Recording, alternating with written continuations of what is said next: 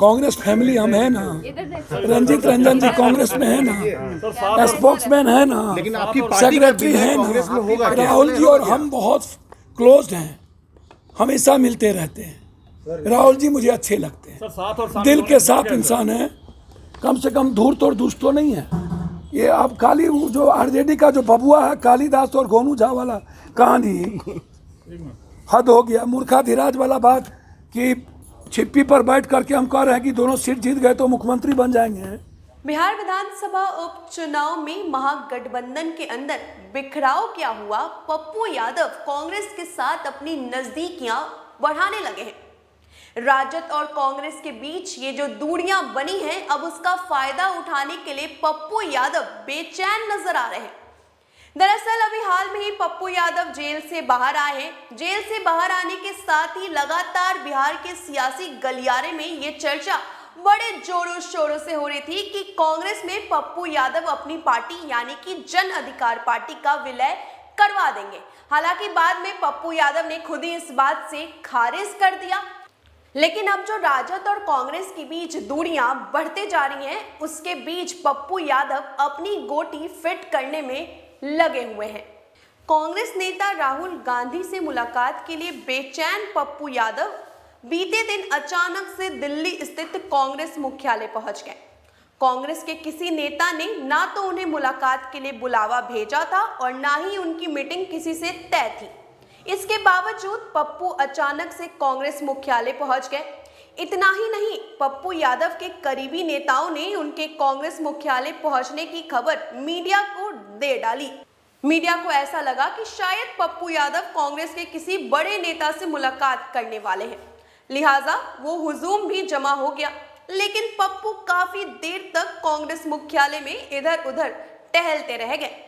कभी वो तारिक अनवर के चैम्बर में गए तो कभी दूसरे नेता के चैम्बर में। किसी भी नेता से शुरुआत में उनकी मुलाकात नहीं हुई। आखिरकार आरपीएन सिंह से उनकी मुलाकात हुई।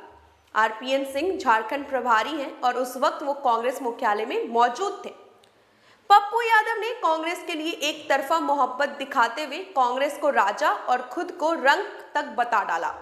उनकी पार्टी का कांग्रेस में विलय होगा या नहीं, ये सवाल पूछे जाने पर पप्पू ने राहुल गांधी की शान में खूब कसीदे पढ़े।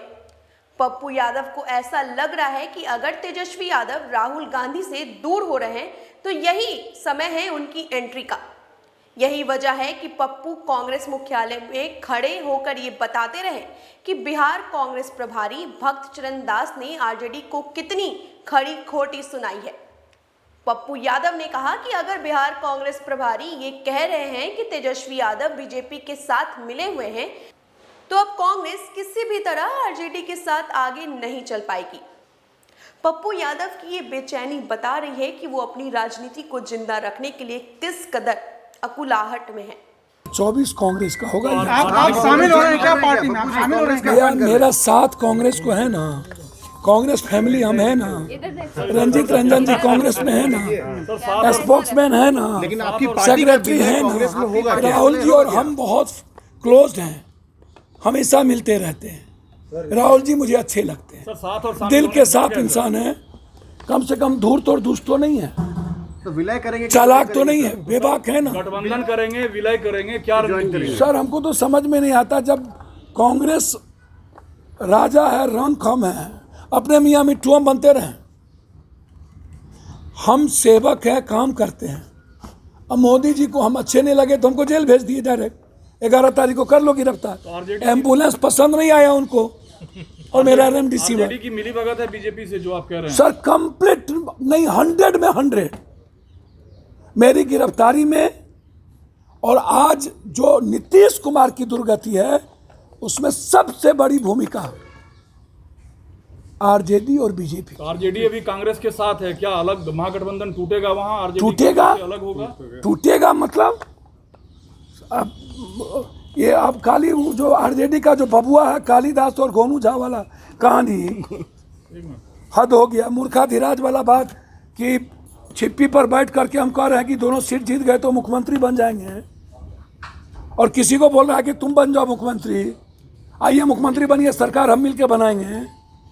आपको क्या लग रहा है कि सबको सब कुछ पता नहीं है क्या? तो कांग्रेस का चेहरा बिहार में पप्पू यादव, कन्हैया कुमार जैसे लोग होंगे, आरजेडी अलग होने जा रहा है वहाँ। मुझे तो समझ में नहीं आता, जब कांग्रेस प्रभारी ने कह दिया चलो सीट पर हम लड़ेंगे, और कांग्रेस प्रभारी जी ने कह दिया कि आरजेडी के जो जुबराज है वो बीजेपी से मिले हुए हैं।